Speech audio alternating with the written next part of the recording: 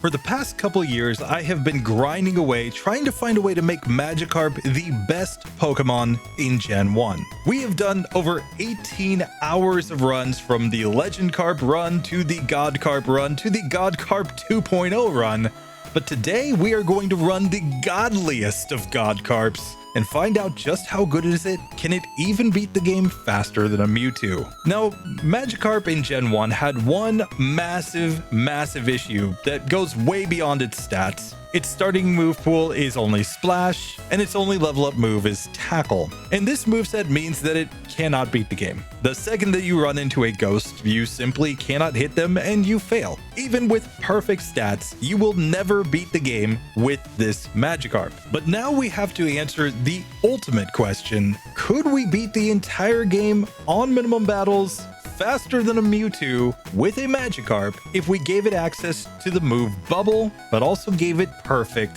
stats? 255 in every single category with a massive 1,275 base stat total. Keeping in mind, this is Gen 1. This is before the special split. So add another 255 to that if you're thinking about later gens. And here we have a massive 49.8% critical hit chance. The Godliest Carp might just be the one. But how does it work out in practice? Let's get into this. Now, of course, this is not a first run that I've done with a Magikarp. We have 18 hours of Magikarp content in the playlist linked down below, and this has been building up for a couple years. So Professor Oak, he's gonna find this Magikarp outside of town. He's not gonna tell us that he's been supplying the Magikarps to the salesman inside of Mount Moon's Pokemon Center.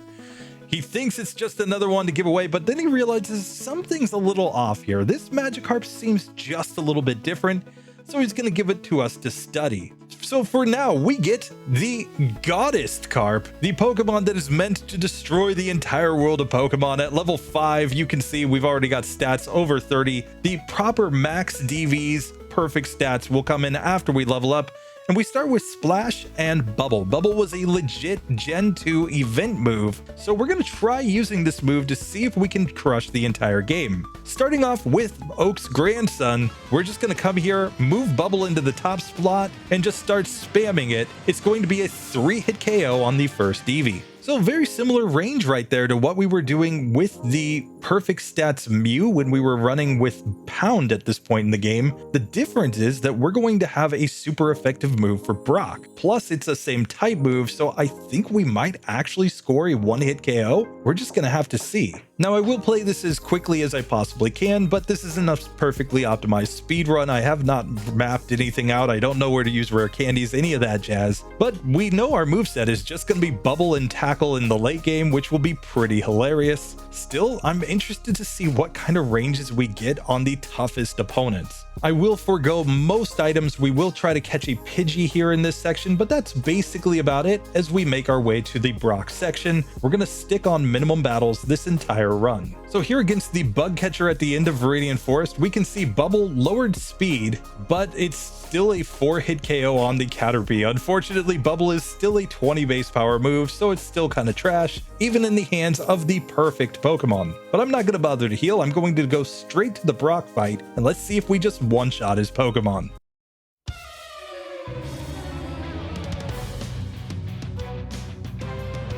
So the time has come for Brock's ultimate humiliation. Bubble one-shots his Geodude. We get to level 7, and then Bubble one-shots the Onix. We one-shot Onix, win a perfect stats Mewtwo with Psychic did not. End the video right here. Godliest Carp is the one.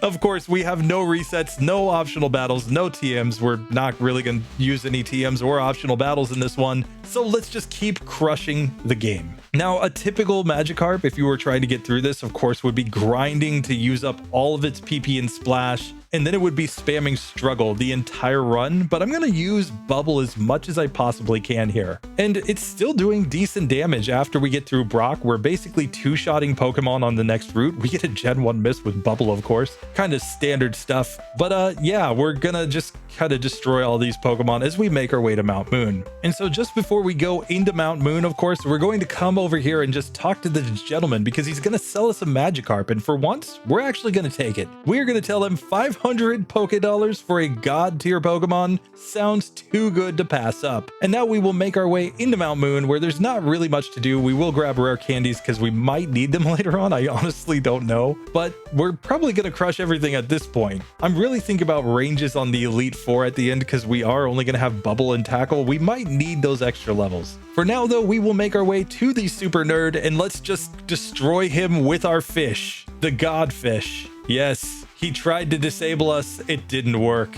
Still, that was a 4-hit range on Grimer. It's going to be a 2-hitter with a crit on the Voltorb, and now a 3-hit KO on the Coughing. But we have so much HP here, and we get to level 13. We can pick up Lord Dome and now fight against Jesse and James. Jesse and James, of course, know we took the proper fossil, which is why they're angry, but we're just going to two-shot their Ekans. Here against the Mouth, we get the 2-hit KO with a crit. And now against the Coughing, we get another critical hit because we have a 49.8 critical hit % chance that allows us to completely destroy that team. But here we need to route intelligently, and we know for a fact that we probably cannot beat Misty, at least not easily at this point. At the best, it's going to be very, very tedious with Bubble. So let's make our way up north as we fight rival number 2. Here against the rival, we're simply going to Bubble on his Spearow and get a 2-hit KO. He goes Growl, which means nothing. Sandshrew is a 1-hitter. We get a 2-hit range on the Rattata. And now against Eevee, this is where it looks a little tough. This is going to be a 4 or 5-hit KO. We get to crit at the end to guarantee that it was a 4-hit. But we've also learned Tackle now. And Tackle kind of changes things because with Tackle, we have a neutral move against Misty. So I'm going to go straight to Misty's gym. Let's see how this actually goes. Starting off against this Goldeen, we're just going to tackle it. And this is going to be a 3-hitter. It confused us, but that didn't matter. And it's time for Misty.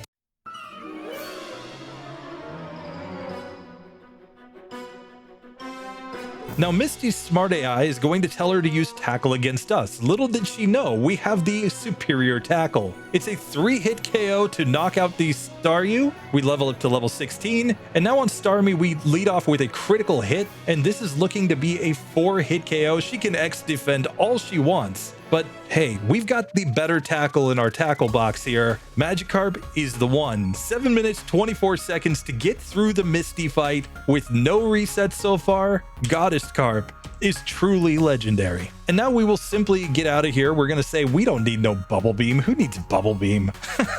What kind of trash Pokemon would use Bubble Beam when you have Bubble? Come on. Here in the next section, we're simply going to destroy Pokemon. Tackle is technically stronger, even though Bubble has Stab, because we have a higher attack stat than a special stat, and most of these Pokemon are just neutrally affected by both. Plus, Tackle effectively still has higher power. In the case of a Rattata, though, I will go something like Bubble just because it has lower special itself. So we have to kind of watch what the stats of our opponents are as we go through this section in deciding which move is better, but usually they're either 1 or 2 hit KOs on all of these Pokemon going up to Billy Boy's house. And that, of course, brings us to the Onix trainer up here who wants to be Brock, but he's not going to be Brock because we completely destroy him in a single hit. So we completely crush all of these trainers as we make our way to the Oddish Lass at the end of this section. We're against her Oddish. It's a not quite a 1-hit KO with Tackle. That was terrible. Out next comes the Pidgey. I'm going to Bubble on that Pokemon. And now the final Oddish is a 1-hit KO as we get to level 20 and we can move on in the game. That could be an issue though, as we show Billy Boy this excellent Magikarp. He's gonna go into his closet to do a little bit of research.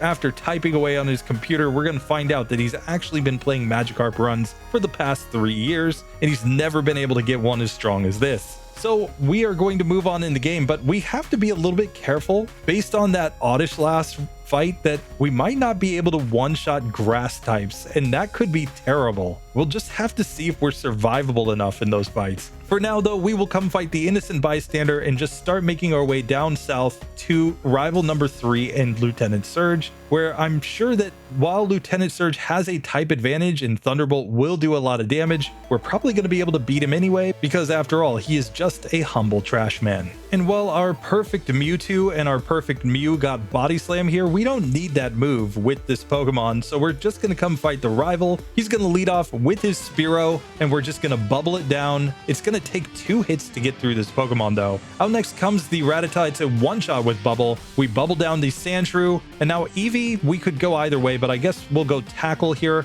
He growls at us. He knew our strategy, but a critical hit Bubble plus 1 more manages to knock him out in 2 hits after that. So the rival was never a concern. As we make our way to the captain, we can just give him a nice little rubby rub and get access to the cut HM. So we're running other Pokemon for HM purposes, of course, but we're also running double Magikarps because that's just the way you run Pokemon runs. Come on, who doesn't have a Magikarp on their team? In fact, I think that there should be a rule from now on that all solo runners have to pick up the Magikarp in the Mount Moon Pokemon Center. Should just be required. Come on. We all know Splash is the strongest move in the game. We're just not using it because of the fact that we don't want to completely crush Kanto.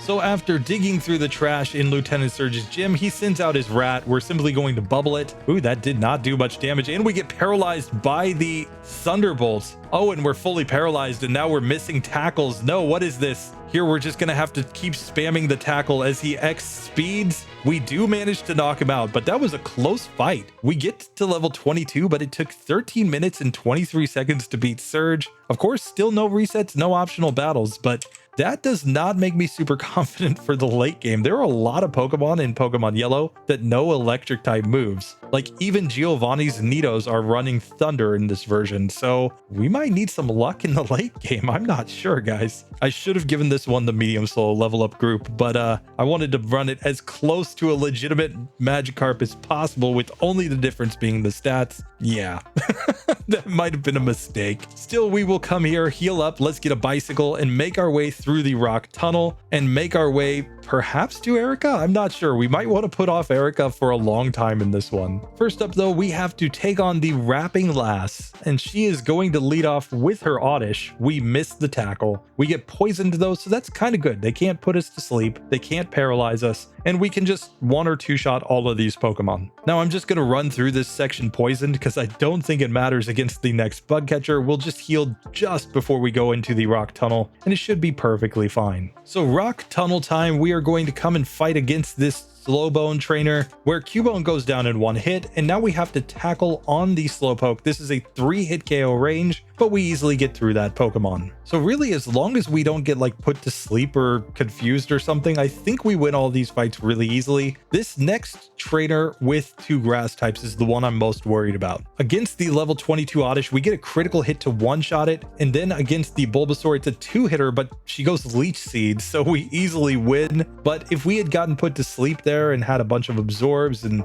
vine whips and all this and all that, we might have lost. I don't know. However, with that done, we can come to the rock tunnel hiker, where this guy has no answers for our Godliest Carp. We simply spam bubble and one-shot all of his Pokemon. So if there's one improvement on this Pokemon versus something like a Mewtwo with perfect stats, it's that we just completely stunt on anything that has the rock ground typing. And we might be good against Blaine too. We'll just have to see. For now though, Tackle is to the point where one-shots everything, and we can easily get through this section. And with that, we are on to Celadon City. For now though, I'm going to go into the Rocket hideout. Let's just beat up on all of these trainers before we go and try Erika, because I expect Erika to be a little bit hard in this one. Now, of course, we make it to Jesse and James in the bottom of the Rocket hideout, where we can simply go for a couple bubbles here on the Coughing, since it has lower special. Then we're going to just spam some tackles here the rest of the way, since this is technically our strongest move, and we can easily get through them. 2 hit KOs on all their Pokemon.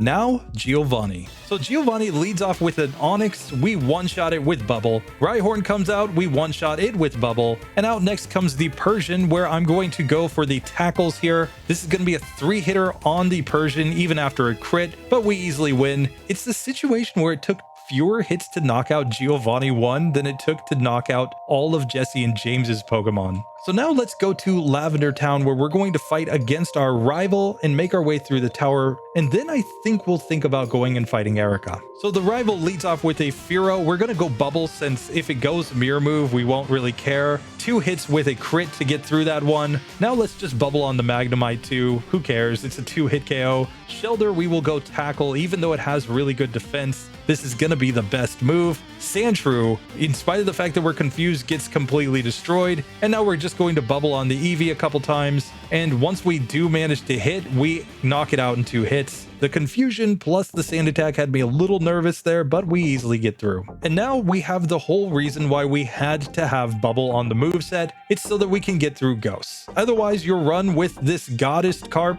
ends right here, because Gen 1 is Gen 1 and Struggle is a normal type move. So we simply have to sit here and spam the bubbles. Fortunately, these are 2-hit KOs and we can easily get through those Pokemon. Paralysis also isn't a big deal because we get a free heal right here, so we can make our way to the top of the tower. Here against Ghosty Mama, we're not even going to bother to heal the paralysis. We're still faster than this Pokemon and we 2-shot it with Bubble. However, I learned my lesson against Jesse and James in the Hitmonchan run, so we are going to heal as we come into this fight, where they lead off with Meowth. We will simply Bubble the Meowth and get a nice 1-hitter with a crit. Here we'll stick with the Bubble, I think, the rest of the way. We get paralyzed anyway. Oh gosh. Here against the Weezing though, this looks to be a 3-hitter, maybe a 4-hitter. We just didn't quite get the range with Bubble, and Paralysis made that fight a little longer than it needed to be. But we do manage to get through. We can save Mr. Fuji. He's going to tell us he never actually needed our help. He was perfectly fine. And just give us a flute for our trouble. I never understood that. But hey, it's nice that it works out that we actually needed the flute. Now we have to decide what to do though. We could go fight Erika. We could go fight Koga. I'm kind of interested to see how we do against our rival at this point. Of course, the Sand Slash shouldn't be any issue. We're simply going to Bubble it and it should go down. But the rest of the team is where this gets really interesting. We are against the Flareon team, so we do have an advantage there as well. Everywhere else that we go, there's gonna be a little bit of shenanigans. I'll get into that when we get there. But for now, let's just route to the rival and see if we can win. So Rival 5, attempt number 1 right here. He leads off with his Sand Slash, of course. Bubble is a 2-hit KO on this Pokemon. We do not one-shot. Out next is Cloyster. The obvious play is just to go for Tackle, I think. But I don't know, maybe Bubble does more damage. Let's just test this. They're pretty similar overall. He's even using potions, which actually matter when you're doing so little damage, and we're confused. So this is kind of terrible. Out next comes the Magneton though. Magneton has lower defense than Special, so Tackle is the way to go. We get a critical hit turn 1, a crit turn 2, so this is a 3-hit KO. Out next comes Kadabra. Tackle should 2-shot this Pokemon as he disables Splash. Good job. And now we can Bubble on the Flareon. This is looking to be a 4-hitter. He's sand attacking us, but we get the crit. Very nice. We get to level 32 as we defeat the rival. He never had a chance. Come on. This guy thinking that he can fight against the Godliest Carp. Magikarp is finally getting his revenge on Kanto. So here we can fight Jesse and James, of course. They should be a complete joke, so let's make our way straight to Giovanni. And of course, Jesse and James poisoned us, so we have to run out once, because given the fact that I expect Giovanni's Pokemon mostly to be 2 or 3-hit KOs here, we might have taken too much damage from the poison. Poison in battle is like way worse than poison out of battle for this Pokemon, just because we have so much HP. Out of battle, you lose 1 HP as you walk. Who cares? But in battle, it's taking off like 20 HP every time. So we had to heal. Let's come fight Giovanni now after that small time loss. So here we're going to Bubble on his Nidorino. This is going to be a 3-hit KO after a crit. The Persian looks to be a 4-hitter without a crit, but we get a crit on the 3rd turn to knock it out in 3. Rhyhorn goes down easy, and then we've got a super effective move on Nidoqueen. This is a 2-hit KO, but we defeat Giovanni. It was never actually in question. Like I said, it was just the poison that I was worried about there. So I am going to get the 1 rare candy in this section just so we have it later. I'm not sure if we're ever going to use rare candies. This is why this is a first run, guys. Later runs, who knows? We may adjust something. Now I think though I'm going to fight against Sabrina. Number 1, we all love Sabrina. That's why we go to her before everybody else. But it's also because she's just kind of random and we might be able to win. Let's see. 。 . 。 . 。 . 。 . 。 . 。 . 。 . 。 . 。 . . 。 . 。 . 。 . 。 . . 。 . . 。 . 。 . 。 . . 。 . 。 . 「 . 」 . 」 . 「 . 」 . 」 . 「 」 . 」 . 「 」 . Let's see.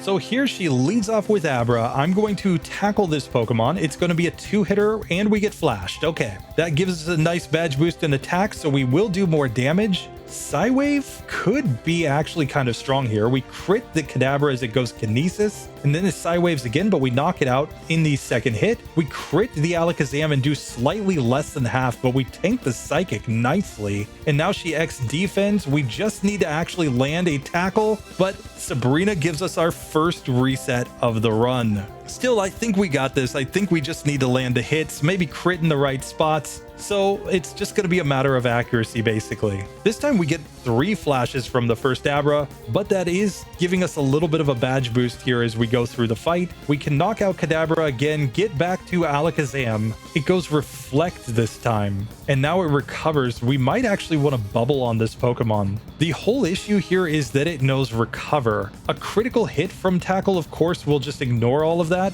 but we get knocked out a second time by Sabrina.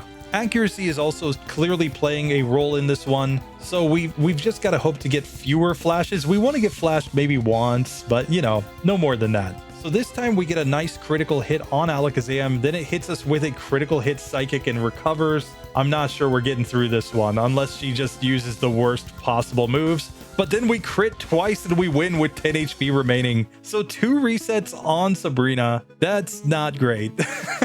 But we do manage to get through. We obviously haven't fought Erika or Koga yet. I'm going to explain why. The big issue here is that against Erika, of course, we have a type disadvantage, and there's a chance that her grass type moves will just do too much damage to us. But there's also the chance that she puts us to sleep. Sleep in Gen 1, of course, is completely broken. You don't get a hit the turn that you wake up, and opponents can just use that to potentially get 7 turns to hit you with strong moves. In the case of her Weepin' Bell, she could be using Razor Leaf. In the case of Gloom, it would be Petal Dance. Both really tough moves for our Pokemon. Koga, on the other hand, he has 2 of his Venonats that know Sleep Powder, and they're only going to want to use that move against anything that is weak to grass. So yet again, we might be dealing with sleep issues in that fight. So I'm going to come try to fight Erika first. Let's just see if we can manage to get through this. I'm not super confident, but we'll try it.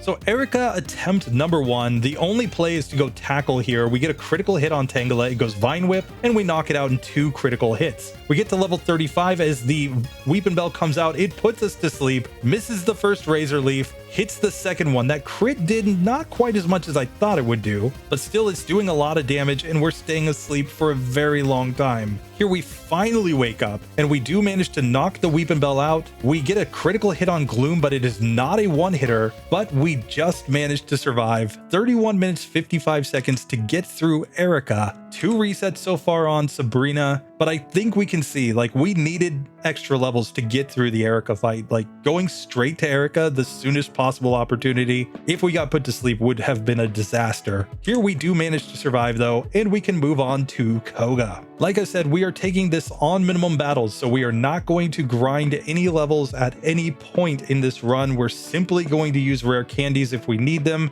This should be pretty good overall though, I think. Of course, we have perfect stats, so I expect that we'll get through, but still, it's worth checking if that is in fact the case. So let's come into Koga's gym where we have a couple jugglers first. I'm just going to spam tackle on these fights. Still, we're 2-shotting Drowsies here, and we get tackle disabled, so we have to go bubble after that. That's kind of the worst case scenario here. Still, we 2-shot the Kadabra with bubble, so we may be able to get through this. It's going to be a 3-hitter on the Drowsy, but still, not too bad. So we got poisoned in that first fight, but it's actually a bit of a godsend because there is a strategy that we can use. We're going to come to the Fuchsia Pokemart. Fuchsia Pokemart. No one knows it exists.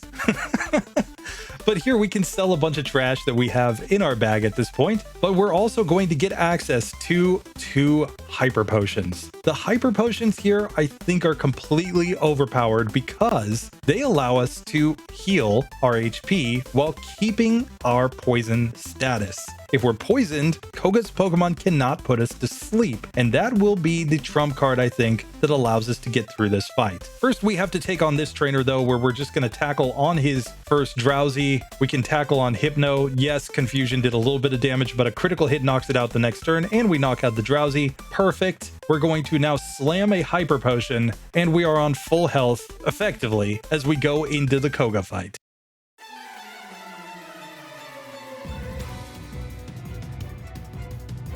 So now Koga cannot put us to sleep, and he cannot use Toxic on us. With a critical hit, we two-shot the first Venonat. It's going to be a 3-hit range otherwise, but Psychic from these Venonats isn't that strong. Even with a crit, it's a 3-hitter on the second Venonat, though. We hit ourselves in confusion. We're trying to knock out this third Venonat as quickly as possible. Yet again, it's going to be a 3-hit range after a crit, but he double edges to knock himself out. And finally, we've made it to the Venomoth, where the only play is to go tackle here. Critical hit on the first turn took it down to nearly half health. Psychic did massive damage, and we simply could not manage to land enough hits. We were just missing tackles there. Let's try this one again. So once again, we get a nice crit turn 1 on the first Venonat and knock it out in 2. And if we can get 2 critical hits on these Venonats, we will knock all of them out in 2 turns. Here we are going to get to the final Venomoth on better health at level 37, but no critical hit turn 1. He double teams. Oh, this troll. We need to punish the double team. Come on. Yes, the critical hit.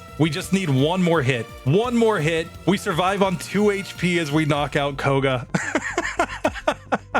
37 minutes, 17 seconds. This is already slower than either the Mew or the Mewtwo, but it's just hilarious to me. We have 3 resets so far, but honestly, like, the first one against Koga probably could have been avoided. Sabrina's gonna be kind of random no matter what we did. So yeah, we have made it through 6 gyms. We are on to Blaney Boy, and the real issue here is that we're about to faint. We're going to have to use this Hyper Potion just for the survivability of our Godliest Carp. What kind of trainer would I be if I just let this Pokemon faint after it completely crushed Koga like that? So the other thing that we can say about this Pokemon, though, is it's way better than a Weedle running on these same settings. Weedle, of course, was using Struggle in these sections, so it was a little more consistent in the middle game, but in the early game, we don't have to do any grinding in order to get through Brock. We're probably not going to have to do any grinding for Giovanni, but we'll see. The rare candies might come into play there. Now, I honestly think that if we were able to learn any moves like a Gyarados here, things like, you know, Thunderbolt and, you know, Ice Beam, we'd be completely crushing at this point in the game and might actually be the strongest Pokemon in the entire game. But for now, we're just stuck with Tackle and Bubble. It's turning out to be enough, though. Magikarp is finally showing that what it always should have been in the Pokemon franchise. And with the Pokemon Mansion complete, we can come straight to Blaney Boy, where our type advantage might prove to be too much for him. A normal Magikarp, of course, would be grinding tons of levels here because even with the water type, it just isn't survivable enough. But here, even without Tombstoner, I think we're gonna win.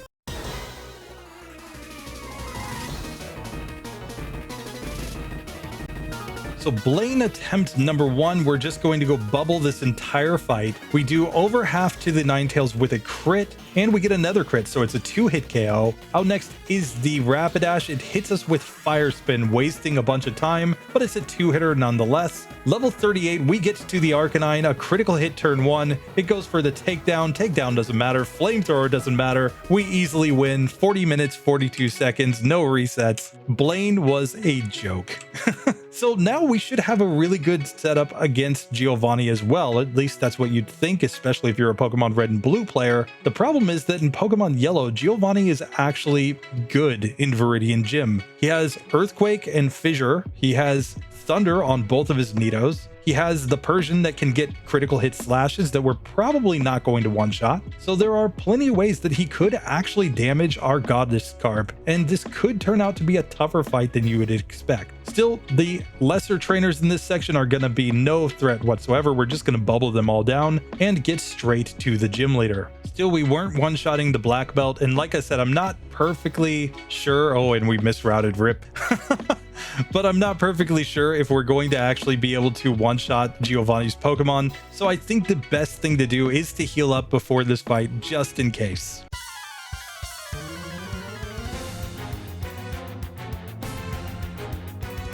So Giovanni leads off with his Dugtrio. We're just going to bubble this Pokemon. It's going to be a 2-hit KO even on a Dugtrio. That is kind of demoralizing. Out next, of course, comes the Persian. It has lower defense anyway, so we're just going to spam the tackle. We got Screeched and we got the Slash, but we get through. We're on to the Nidoqueen, where with one accuracy drop, we are simply missing a ton of bubbles, and this is looking to be a 3-hit KO. We get the crit to 2-shot it. Thunder does pretty decent damage here, so we actually do need to hit, but as long as we can get 3 hits on this Nidoking and land a bubble on the Rhydon, I think we have this. Yes, we one-shot his Rhydon. So 42 minutes, 52 seconds, we are through Giovanni with only 3 resets on this Pokemon. Really not that bad. Now, we need to talk about this end of the game, because this is where this is actually going to get hard. Lorelei has 5 Pokemon that we basically can't use Bubble against, so we're going to be having to rely on Tackle. That could be tough. Bruno should be a joke. Agatha will be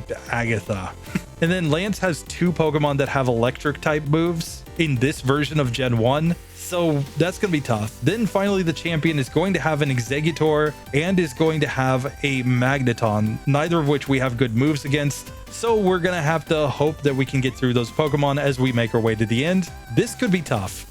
First up, though, we have to take on rival number 6, and he's going to be a nice little preview of what we've got in store. We're not going to one-shot the Execute, so we're definitely going to take some damage there or get some sort of status. That's going to affect this fight a lot. Keep in mind, with really high HP, Leech Seed will actually heal our opponents a lot, and he's going to want to use that move because he thinks it's super effective. So this could be tough. Let's find out if it's possible. First up, he has the Sand Slash. Of course, we're going to bubble it and get a critical hit one-shot. Out next comes the Execute. We tackle, and we did like a quarter there. This is going to be a 4-hit KO. We get Leech Seeded, and look how much damage the Leech Seed heals here. Now Cloyster comes out. We get confused. We're confused, hitting ourselves. We're paralyzed. We're Leech Seeded. Oh, this is terrible. Oh, this is absolutely terrible. We have yet to damage this Pokemon, and even when we do, it heals like half the damage back with a Leech Seed the next turn. So we're going to lose the first attempt against rival number 6. And that is what we're going to be dealing with the champion as well. His Exeggutor knows Leech Seed, so this could be the part of the game where it just gets incredibly tough. This time we still get Leech Seeded, but then we manage to knock that Pokemon out as it set up a Solar Beam, and we really want critical hits here against this Cloyster, because just a non-critical hit tackle, it seems to heal back all the damage. So crits were necessary to get through that one. We make it to Magneton, where a critical hit nearly took it down to half health, but now it's Thunder Shocking us like crazy. Fortunately, we get to Kadabra only to miss the tackle and get knocked out by Psybeam. This time, Execute goes for Solar Beam twice, so we get no Leech Seed. That's what we needed. Now we can simply damage this Cloyster normally, and it's not healing back any HP, so we're going to get through this on much higher health, even with the confusion, to this Magneton. We didn't crit this time. We crit the second turn. We get paralyzed by Thunder Wave, but we still get through on about half health to Kadabra. This is a 2-hit KO on this Pokemon, even after it heals with a Recover. And now we're going to bubble against the Flareon. It's going to be a 3-hitter here, but we managed to finally beat the rival on the 3rd attempt. So that really makes me nervous going into the end game. Minimum battles might not be possible here, or it might be really inconsistent because, yeah, we just don't have moves. Oh man, we might have to come back with Godliest Carp 2.0, where we actually give it the moveset that we gave God Carp previously, because then I think it crushes. Then I think it beats the game on minimum battles with no resets. But for now, this is the best that we can do. Now, I'm planning to use most of my rare candies just before Lorelei, just because I think the extra levels will help us do more damage and therefore get through that fight more consistently. Though I might save a couple for just before Lance as well, just because depending on our level at that point, we might actually need to level up there to get through, and the champion is just going to be rough no matter what we do. Fortunately, we're not using the badge boost glitch, so we don't have to manipulate levels to get badge boosts here. It's all just about damage and survivability. Now I'm going to skip the power plant in this one because it would just take a lot of time. So instead, I'm just going to grab some full restores and let's try to beat the league on minimum battles. Here we have 10 rare candies in the bag. I'm going to get to level 50 here and just keep 2 in the bag in case we need them.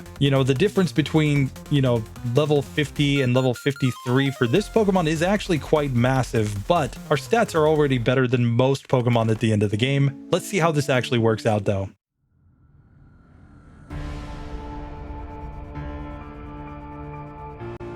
So first up, we have Lorelei. She has a dugong. We're going to tackle this Pokemon. We missed the tackle. Come on. Here she can rest now. And with tackle, with a critical hit, we would get a 3-hit range. Turns out to be a 4-hitter as she super potioned. Now we are going to stick with the tackles on the Cloyster. I think this is the best move. And now we're just kind of hoping not to be confused too many turns by this Pokemon. We do manage to knock it out still on green health. Now for this Slowbro, it will never use the move Withdraw. It will just use Amnesia and Psychic because we are a water type. So I'm just going to spam the tackles to take it down in 3 hits. Jinx has low defense, so let's definitely tackle it. It hits the Lovely Kiss to put us to sleep, but it doesn't have any really good moves to use against a Godliest Carp, so we're just going to knock it out in 3 hits. Finally, we have the Lapras. It body slams us. It body slams us again. That's basically all it's going to do. It knows we resist both Blizzard and Hydro Pump, so it just confuses us then, and we knock it out and get to level 51. So Lorelei goes down on the first attempt. That makes me feel pretty good. We're going to come in and just completely destroy Bruno, and then make our way to Agatha.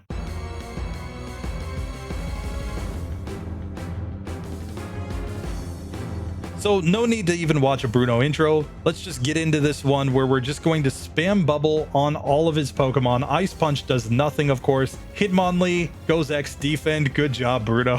We're just bubbling all of his Pokemon down. Finally, Machamp is going to be, it looks like a 3-hitter with crits from Bubble, but we do manage to get through. And yeah, Bruno was just an absolute joke. Now we have to deal with Agatha though. Agatha is tough for 2 reasons. Number 1, we have to have enough PP in Bubble to get through all of her ghosts. And number 2, she knows Mega Drain with her first Gengar. This could be tough. Let's see how it actually works.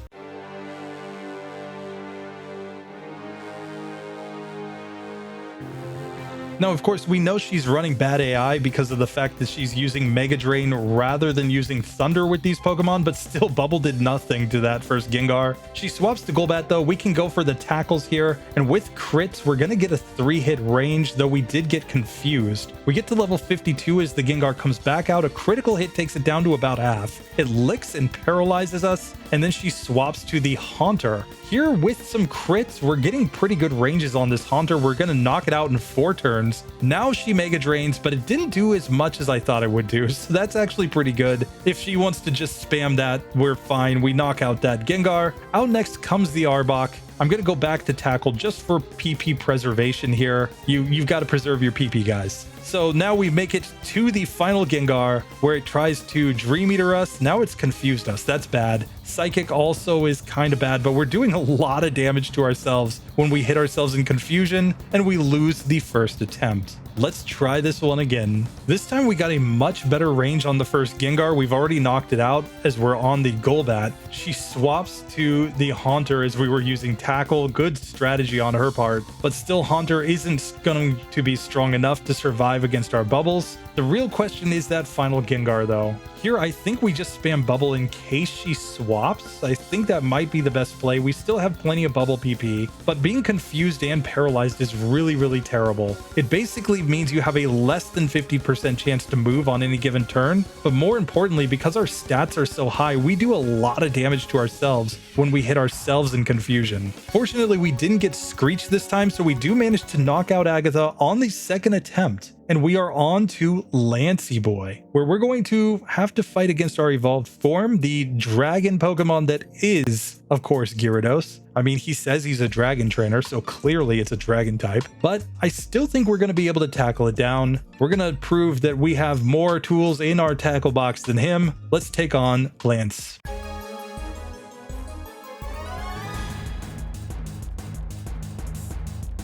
So first up is Gyarados, of course. I'm just going to tackle this Pokemon. We did about maybe a sixth with that. A critical hit the next turn plus a Leer means we're going to do a lot more damage, and we do knock that Pokemon out. Out next, the first Dragonair knows Thunder Wave and Thunderbolt. Nothing we can do about that. We get paralyzed, and now he's Hyper Beaming against us, and we're being paralyzed. This is terrible. So we're down way below half health on this Dragonair as he Hyper Potions it, and we really just don't want to be Hyper Beamed over and over again. Here I misclicked and used Tackle on the Aerodactyl, clearly a mistake, but even with the bubble, it's a 2-hit KO.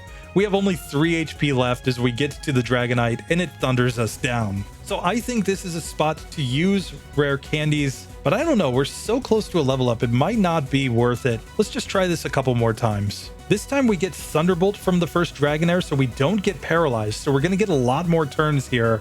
And we knock out the second Dragonair nice and quick. Bubble does over half to the Aerodactyl, so it's a 2-hitter, and we're still on green health to the final Dragonite. Thunder does a lot, but it looks to be a 3-hit KO, and we beat Lance on the second attempt. So only one reset there on Lance. I mean, we're really not doing too bad here. I'm going to get to level 55 since it is a damage rounding threshold with our remaining rare candies. We're going to full restore, and now we're just going to heal up all the PPs so that we're good to go against the champion. Let's see if we can manage to win.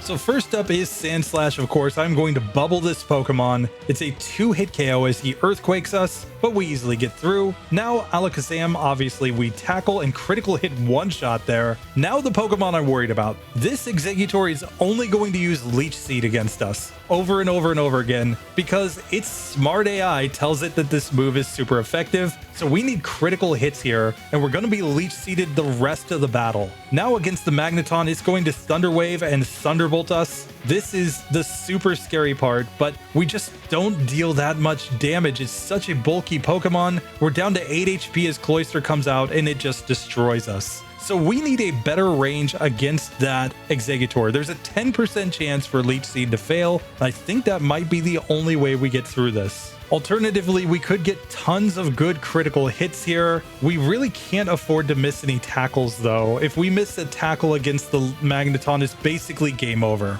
No misses with tackle, 2 critical hits. So we got a 3-hit range on it with our tackle. Now the issue is entirely this Cloyster, where honestly, I don't know what we should do.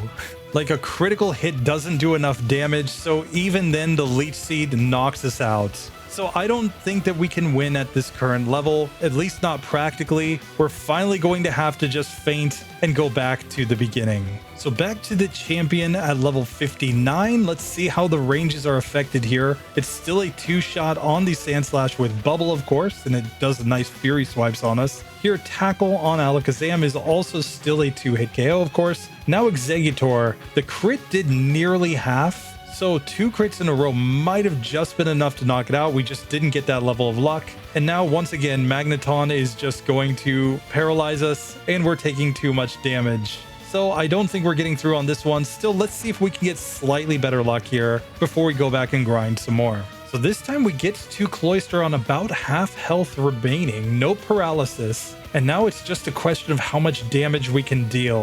Of course, any non-crit from us basically just means it heals up everything. So we would need tons and tons of crits over and over and over again in order to ever get through this fight. So it doesn't happen that time. We're just gonna have to give up. So we managed to get to Cloyster on green health this time. And of course, Tackle has to miss a bunch of times here. It's like the rival has some serious plot armor or something, because there's no reason we should be getting a 5% chance to miss this many times in a single battle, but we do, and we go down. So in spite of lots of resets here at level 62, it's still not happening. We have to go grind some more. So now I think there's no point putting it off. Let's go to the power plant. We need more PP restoration. Right now we're in a situation where we don't have enough elixirs and ethers, so our PP situation is getting a little dangerous here. So I'm going to pick up the max elixir that is over here, as well as another PP up. We might be needing it at some point in this. Plus there's another rare candy that we can use. The reason I think the rare candy is important is because we, after being paralyzed, are 1 point in speed slower than the Cloyster, and there's always the chance that if we had that extra turn by hitting first, even being paralyzed, we might be able to just get a lucky range where we actually knock that Pokemon out. I also just very quickly corrected the number of optional battles that we've taken. After blacking out on the champion the first time, we've taken 2 additional runs through the entire Elite Four in the champion, so that's 11 optional battles now to go together with 56 resets at this point. I'm really trying to get through at my current level. It just does not work. Fortunately, the league really isn't that hard at this point. We're up to 15 optional battles, now at level 65. Let's see if we can win now. Here, Bubble is still just missing the range to one-shot Sand Slash. We get to level 66 on the Alakazam, and Tackle without a crit still doesn't one-shot the Alakazam. We get a full restore from the rival after he Leech Seeds us, so this one's probably already over. Still, we are faster than the remaining Pokemon even after getting paralyzed, and that was the key here. As we get to the Cloyster, it just means that we'll get an extra hit on it, in theory at least, assuming we aren't fully paralyzed, but still not exactly what we wanted to see. So we got it down to about half health before we went down from the Leech Seed. Let's try this just a couple more times before we grind more levels. This time, no paralysis to the Cloyster, and of course it doesn't do much damage to us with its Spike Cannon. It's just the Leech Seed that deals most of the damage to us. We get it so low on HP here, we really just need a crit this turn. We don't get it, and we get knocked out. That was pretty close though. If we had just gotten a couple more crits, we could have gotten through with a 50% chance to crit effectively. I think it's worth resetting at least a couple more times just to see if we can get the luck. Finally, at just short of 2 hours though, we finally managed to get a run where we get through the Cloyster. This is our first look at Flareon, and it's not super clear what we should do. His special is 1.5 times his defense, so maybe Tackle does more. We did a lot of damage there. He goes Reflect. I'm going Bubble because I want to make sure I hit,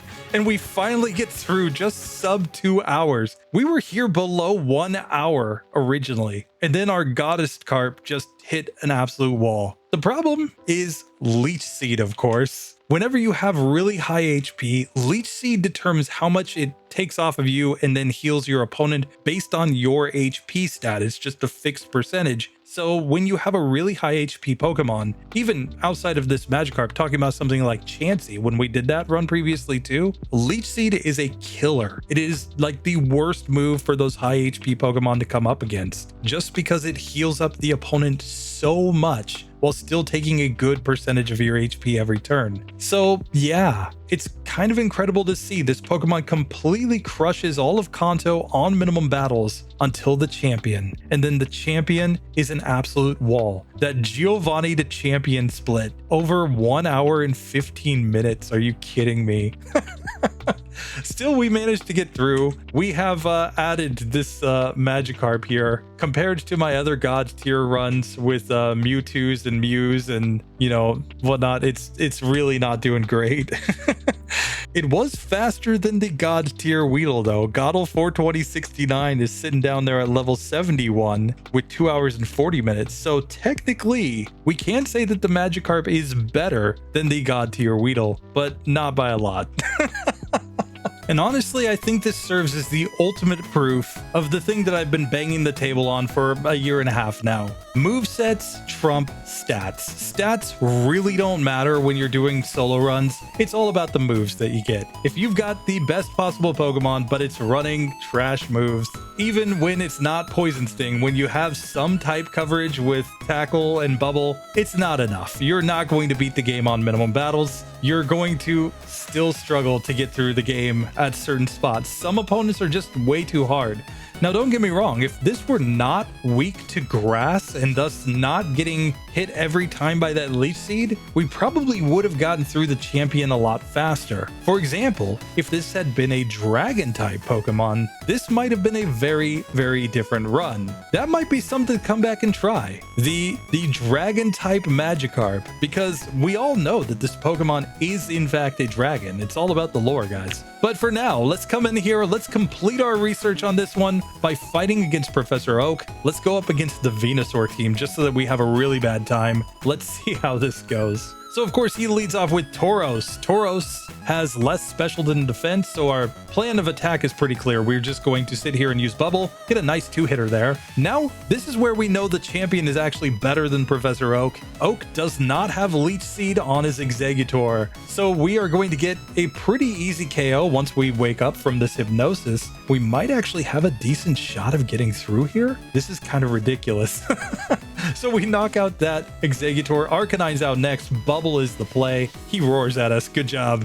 Good job. The Venusaur comes out. It's going to go Razor Leaf. We tank that move, destroy him. And finally, the Gyarados, our evolved form. It's dragon raging on us. That does not matter. We defeat Professor Oak on the first attempt. That is stupid. So I'm just going to beat up the rest of the Oaks here because we are so irritated about the way that champion fight went. Let's go ahead and take on the Blastoise team next, where here Bubble is going to completely destroy Tauros yet again. And this is what we wanted. This Exeggutor, the Exeggutor in Pokemon Red and Blue as well, doesn't know Leech Seed. It was only added in Pokemon Yellow to the Champions team. So if this were Pokemon Red and Blue, we might have gotten through on minimum battles, honestly. Still, we're going to completely destroy this team here. And yes, Godliest Carp is finally getting his revenge on Kanto. Yes, Professor Oak, our vengeance shall be perfect and complete. Final Professor Oak battle here. He goes Rage. I would be raging too.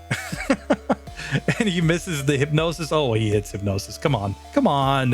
What kind of luck-based strategy is this, Professor Oak? Going for Hypnosis on our Pokemon. Still, we managed to knock it out. Arcanine out next. We're going to just give it a bubble. Get to level 69, the perfect level as we come up against his Charizard that's also got a nice level. And finally, the Gyarados. One level lower. Godliest Carp doesn't care. We have swept all of the Professor Oaks to get our revenge at the end. And yeah.